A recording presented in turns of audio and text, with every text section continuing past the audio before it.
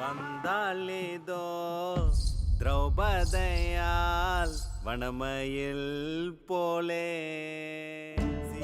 சார்ந்தோரே சபையோரே எல்லாருக்கும் வணக்கம். பார்த்ததும் தெரிஞ்சு நிற்பீங்க எனக்கு என்ன பிரச்சனைன்னு. என் பேர் தான் கல்யாணம்.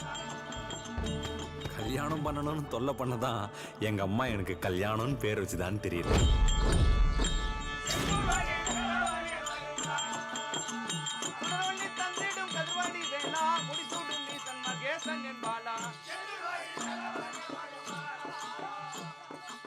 எங்க ஜமாலையே 2வது 3வது முக்கியமான பொம்பளை வேஷம்னா அது எனக்கு தான்.